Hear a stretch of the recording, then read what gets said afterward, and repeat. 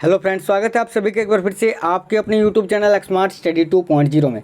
Friends देखो, इस video में देखेंगे रेलवे एनटीपीसी और ग्रुप डी के लिए मॉडल प्रैक्टिस सेट नंबर 39 को। फ्रेंड्स इससे पहले 38 सेट करा रखा है, सारी वीडियोस आपको चैनल के अंदर मिल जाएगी। देखो फ्रेंड्स, इस वीडियो में 40 क्वेश्चन है करेंट अफेयर्स, जनरल साइंस और जनरल अवेयरनेस की। तो पूरा वीडियो को कंप्लीट देखिएगा, एक भी क्वेश्चन को स्किप मत करना। सभी साथियों से रिक्वेस्ट है, वीडियो को सभी साथी लाइक कर दीजिए, शेयर कर देना अपने दोस्तों के साथ। जितने साथी क्लास में नए हैं चैनल सब्सक्राइब करके बेल आइकन ऑन कर लेना। चलिए शुरू करते हैं। देखो पहला क्वेश्चन स्क्रीन पर, किस कंपनी ने 7 अप्रैल 2020 को निजी क्षेत्र के ऋणदाता इंडसइंड बैंक में 0.8% हिस्सेदारी का अधिग्रहण किया है? तो देखना इंपॉर्टेंट क्वेश्चन है, ये भी याद रखना है आपको। ऑप्शन नंबर डी करेक्ट आएगा। देखो यूबीएस, प्रिंसिपल, कैपिटल एशिया ने, ऑप्शन नंबर डी यहाँ आपका करेक्ट आएगा। ठीक है, याद रखना है आपको। आगे देखते हैं क्वेश्चन क्या है। महमूद, देखो महमूद जिब्रील का हाल ही में निधन हो गया। वे किस देश के पूर्व प्रधानमंत्री थे? तो साथियों देखो, महमूद जिब्रील ये लीबिया के पूर्व प्रधानमंत्री थे जिनका हाल ही में निधन हो गया है, लीबिया की। आगे देखिए क्वेश्चन, किस कंपनी ने अपने उपभोक्ताओं को बिस्कुट, देखो किस कंपनी ने अपने उपभोक्ताओं को बिस्कुट, क्रोसेन, घी और डेयरी वाइट टनर देने के लिए ऑनलाइन डिलीवरी प्लेटफॉर्म डुंजो के साथ साझेदारी की है? तो साथियों याद रखना, ब्रिटानिया ने डुंजो के साथ साझेदारी की है। ऑप्शन नंबर बी आपका करेक्ट है। आगे देखो क्वेश्चन क्या है। हाल ही में विदेश मंत्रालय ने किस व्यक्ति को मंत्रालय का नया प्रवक्ता बनाया है? ये भी क्वेश्चन काफ़ी इंपॉर्टेंट है, ध्यान से देखिए।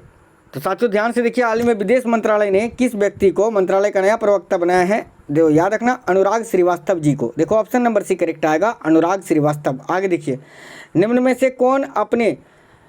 से कौन अपने पुष्ट सरकारी आदेशों के विरुद्ध लघु और मध्यम उद्यमों को 1 करोड़ रुपये तक की आपातकालीन कार्यशील पूंजी प्रदान करेगा?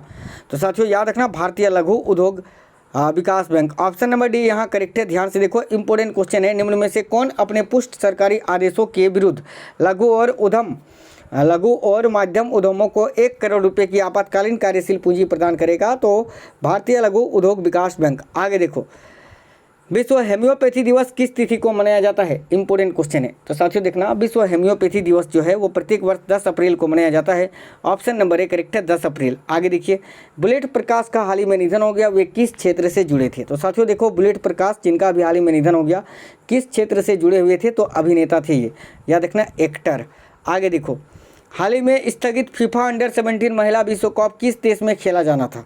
तो ये साथियों भारत में खेला जाना था, जो 2021 तक के लिए स्थगित कर दी गई है। आगे देखो, हाल ही में मानव संसाधन मंत्रालय के इनोवेशन सेल ने विचारों और नवाचारों को आमंत्रित करने के लिए निम्न में से कौन सी ऑनलाइन चुनौती शुरू की है? तो साथियों इंपॉर्टेंट क्वेश्चन है, देखना समाधान। ऑप्शन नंबर सी यहाँ आपका करेक्ट आएगा, समाधान। आगे देखो ब्रह्मा कांची बोटला का हाल ही में निधन हो गया, वे किस क्षेत्र से जुड़े थे?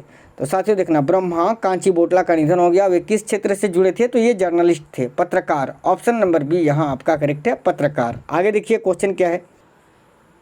क्वेश्चन नंबर 11, सभी कोशिकाएं पूर्ववर्ती कोशिकाओं से बनती है, यह मत किसने रखा था? तो साथियों देखो, सभी कोशिकाएं पूर्ववर्ती कोशिकाओं से बनती है, यह मत रखा था किसने? बीरचाउ ने।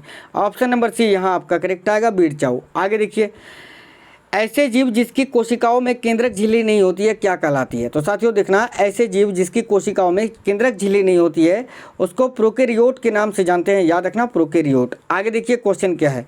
कोशिकाओं की कुछ परतें उत्तक के आधारीय पैकिंग का निर्माण करती है, इन्हें क्या कहते हैं? इंपॉर्टेंट क्वेश्चन है। कोशिकाओं के कुछ परतें उत्तक के आधारीय पैकिंग का निर्माण करते हैं, इन्हें क्या कहते हैं? साथियों याद रखना, पेरेन्काइमा। ऑप्शन नंबर बी यहाँ आपका करेक्ट है। आगे देखिए, सुब्रीन क्या है? मस्ट इंपॉर्टेंट क्वेश्चन है। तो साथियों देखना, सुब्रीन एक प्रकार का रसायन होता है। क्या होता है? रसायन। सुब्रीन एक रसायन है। आगे देखते हैं क्वेश्चन क्या है।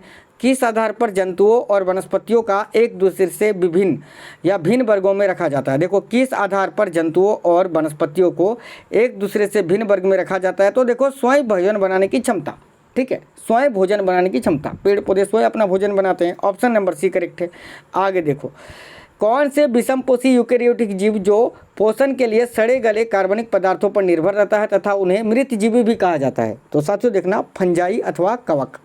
ऑप्शन नंबर डी यहाँ आपका करेक्ट आएगा। देखो, कौन से विषमपोषी यूकेरियोटिक जीव जो पोषण के लिए सड़े गले कार्बनिक पदार्थों पर निर्भर रहते हैं तथा उन्हें मृतजीवी कहा जाता है? तो वो है फंजाई अथवा कवक। ऑप्शन नंबर डी करेक्ट है। आगे देखो, क्वेश्चन नंबर 17, यकृत में संपन्न ग्लूकोनियोजिनेसिस प्रक्रिया हेतु आवश्यक हार्मोन कौन सा है? तो साथियों याद रखना ऑप्शन नंबर सी ग्लूकेगन। देखो यकृत में संपन्न ग्लूकोनियोजिनेसिस प्रक्रिया हेतु आवश्यक हार्मोन इनमें से कौन सा है? तो ग्लूकेगन। याद रखना option number C. Important question है और हार्ड क्वेश्चन है, जितने क्वेश्चन करा रहा हूँ सब हार्ड है। देखो वर्तिकाग्र के परिपक्व होने से पहले ही उस पुष्प से पुंकेसर को हटा देना क्या कहलाता है? तो साथियों देखो वर्तिकाग्र के परिपक्व होने से पहले ही उस पुष्प से पुंकेसर को हटा देना कहलाता है विभूषण। याद रखना ऑप्शन नंबर ए करेक्ट आएगा। आगे देखा ओलाइगोसिन काल में कौन से प्रकार के घोड़े का विकास हुआ था? तो साथियों याद रखना ओलाइगोसिन काल में कौन से प्रकार के घोड़े का विकास हुआ था? याद रखना मीसोहिप्पस। देखो ऑप्शन नंबर सी यहाँ करेक्ट आएगा, मीसोहिप्पस। आगे देखो उपर्जित लक्षणों की वंशागति का सिद्धांत किसने दिया था? इंपॉर्टेंट क्वेश्चन है। तो साथियों देखना उपर्जित लक्षणों की वंशागति का सिद्धांत किसने दिया था? लेमार्क ने। ऑप्शन नंबर सी यहाँ आपका करेक्ट आएगा, लेमार्क। आगे देखिए वैज्ञानिकों के मत के अनुसार जीवन का सर्वप्रथम उद्भव किसमें हुआ है? तो साथियों देखो वैज्ञानिकों के मत के अनुसार जीवन का सर्वप्रथम उद्भव हुआ है समुद्र में। ऑप्शन नंबर बी यहाँ आपका करेक्ट आएगा, समुद्र। सभी साथी याद रखना ऑप्शन नंबर बी करेक्ट है। आगे देखते हैं क्वेश्चन। देखो अंगों का उपयोग में आना या ना आना किसकी विशेषता है? तो साथियों देखो अंगों का उपयोग व अनुप्रयोग ये लेमार्कवाद का विशेषता है। याद रखना ऑप्शन नंबर सी लेमार्कवाद का सिद्धांत है। आगे देखो संवहनी पौधों में कर्क क्या होता है? तो साथियों देखना जो संवहनी पौधे होते हैं उनमें कर्क संरचनात्मक उत्तक होते हैं। याद रखना ऑप्शन नंबर सी करेक्ट आएगा, संरचनात्मक उत्तक। आगे देखो निम्नलिखित में से कौन सी पेशी एक ऐच्छिक है? इनमें से कौन सी पेशी ऐच्छिक पेशी है? तो साथियों देखो जो कंकालिया पेशी होता है वो एक ऐच्छिक पेशी होती है। ऑप्शन नंबर बी करेक्ट आएगा, कंकालिया पेशी। आगे देखो रेखित पेशियाँ कैसी होती है? इंपॉर्टेंट क्वेश्चन है ये भी, रेखित पेशियाँ कैसी होती है? तो साथियों देखना जो रेखित पेशियाँ होती है ना वो ऐच्छिक होती है। याद रखना ऑप्शन नंबर बी करेक्ट आएगा, ऐच्छिक। आगे देखो सूचनाओं को संवेदी अंगों से केंद्रीय तंत्रिका तंत्र तक कौन सी तंत्रिकाएं पहुंचाती है? साथियों इंपॉर्टेंट क्वेश्चन है ये भी, ध्यान से देखना। देखो सूचनाओं को संवेदी अंगों से केंद्रीय तंत्रिका तंत्र तक कौन सी तंत्रिका पहुंचाती है? याद रखना चालक तंत्रिकाएं। ऑप्शन नंबर बी करेक्ट है। आगे देखिए साथियों कुशिंग सिंड्रोम किस अंतस्रावी ग्रंथि से संबंधित है? यह भी क्वेश्चन काफी इंपॉर्टेंट है। देखो साथियों देखना कुशिंग सिंड्रोम किस अंतस्रावी ग्रंथि से संबंधित है? तो जरूर याद रखना पीयूष ग्रंथि से।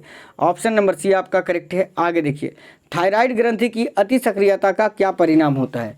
तो साथियों देखना थायराइड ग्रंथि की अति सक्रियता का क्या परिणाम होता है? तो साथियों थायराइड ग्रंथि की अति सक्रियता के कारण ग्वाइटर रोग होता है, गले को प्रभावित करता है goitre. Option number A correct है। आगे देखिए तंत्रिका कोशिका की सबसे छोटी धागेनुमा संरचना क्या कहलाती है? ध्यान से देखना तंत्रिका कोशिका की छोटी धागेनुमा संरचना डेंड्राइट्स के नाम से जानी जाती है। ऑप्शन नंबर ए करेक्ट है, डेंड्राइट्स। आगे देखिए न्यूरोट्रांसमीटर नामक रसायन कहाँ से स्रावित होता है? इंपॉर्टेंट क्वेश्चन है। तो साथियों देखना न्यूरोट्रांसमीटर नामक रसायन जो है वो एक्सन से स्रावित होता है। याद रखना ऑप्शन नंबर सी एक्सन।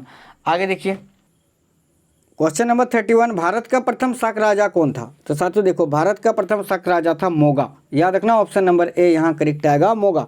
आगे देखिए 190 ईस्वी पूर्व में बैक्टीरिया के किस यवन राजा ने भारत पर आक्रमण किया था? इंपॉर्टेंट क्वेश्चन है। देखो 190 ईस्वी पूर्व में बैक्टीरिया के किस यवन राजा ने भारत पर आक्रमण किया था? तो साथियों याद रखना डेमेट्रियस ने।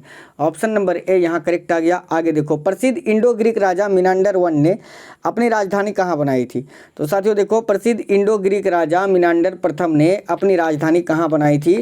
तो आपको यहाँ याद रखना है Takshashila. Option number A correct है, तक्षशिला अभी वर्तमान में भले पाकिस्तान में है। आगे देखते हैं क्वेश्चन क्या है, किस वंश के राजाओं ने ब्राह्मणों को अनुदान में भूमि दी थी? तो साथियों सातवाहनों ने। ऑप्शन नंबर सी यहाँ आपका करेक्ट है। आगे देखिए कौन सा शब्द वेदों और वेदों की शाखाओं को सिखाने के लिए विद्यालय के लिए प्रयोग किया गया है? तो साथियों देखना इनमें से कौन सा शब्द वेदों और वेदों की शाखाओं को सिखाने के लिए विद्यालय के लिए प्रयोग किया गया है? तो याद रखना चरण। ऑप्शन नंबर बी करेक्ट आएगा। आगे देखो क्वेश्चन, मेगास्थनीज द्वारा भारत के बारे में कहे गए कथनों में से कौन सा सत्य नहीं है? तो साथियों देखना मेगास्थनीज द्वारा भारत के बारे में कहे गए कथनों में कौन सा सत्य नहीं है? तो जरूर यहाँ आपको याद रखना। देखो ऑप्शन नंबर सी, ये कथन बिल्कुल ही गलत है कि भारत में अक्सर अकाल पड़ता है, ये गलत है। आगे देखिए क्वेश्चन, कांग्रेसों के अधिवेशन की अध्यक्षता करने वाले पहले अंग्रेज कौन थे? तो साथियों देखना कांग्रेस के अधिवेशनों की अध्यक्षता करने वाला पहले अंग्रेज थे जॉर्ज यूले। याद रखना ऑप्शन नंबर ए करेक्ट है, जॉर्ज यूले। आगे देखिए स्वदेशी का प्रस्ताव कांग्रेस के किस अधिवेशन में पारित किया गया था? इंपॉर्टेंट क्वेश्चन है। तो साथियों देखना, स्वदेशी का प्रस्ताव कांग्रेस के कलकत्ता अधिवेशन 1906 में पारित किया गया था। ऑप्शन नंबर डी करेक्ट आएगा। आगे देखिए second last question, Mahatma Gandhi Congress की किस अधिवेशन में मात्र एक बार अध्यक्ष बने थे? तो साथियों बेलगांव अधिवेशन में 1924 में, याद रखना, ठीक है। ऑप्शन नंबर सी करेक्ट है। अंतिम क्वेश्चन क्लास का देखो, खिलाफत आंदोलन के प्रमुख नेता कौन थे? तो साथियों खिलाफत आंदोलन के प्रमुख नेता थे मोहम्मद अली और Shaukat Ali. Option number B correct आएगा। तो साथियों देखो, ये 39 नंबर का सेट था, इससे पहले 38 सेट करा रखा है। सारी वीडियोस आपको चैनल के अंदर प्लेलिस्ट में मिल जाएगी या वीडियो के डिस्क्रिप्शन में भी लिंक डाल दूंगा। देखो क्लास कैसा लगा है आप हमें लाइक कर बता देना। आप लाइक कर देते हो तो उससे अंदाजा लग जाता है कि आप लोगों को क्लास कैसा लगा है और कैसे क्वेश्चंस थे ये आप हमें कमेंट कर बताना। सभी साथी वीडियो को लाइक कर देना, शेयर करना दोस्तों के साथ। और डेली क्लास कराता हूँ, जितने साथी क्लास में नए थे वीडियो के नीचे लाल रंग में सब्सक्राइब लिखा हुआ है, चैनल सब्सक्राइब करके बेल आइकन को ऑन कर लेना। सभी क्लास की नोटिफिकेशन आपको मिल जाएगी। सारी वीडियोस देख लीजिए, चैनल के अंदर अलग अलग प्लेलिस्ट बना दिया है। मिलते हैं साथियों अगले क्लास में, तब तक स्वस्थ रहें। जय हिंद, वंदे मातरम।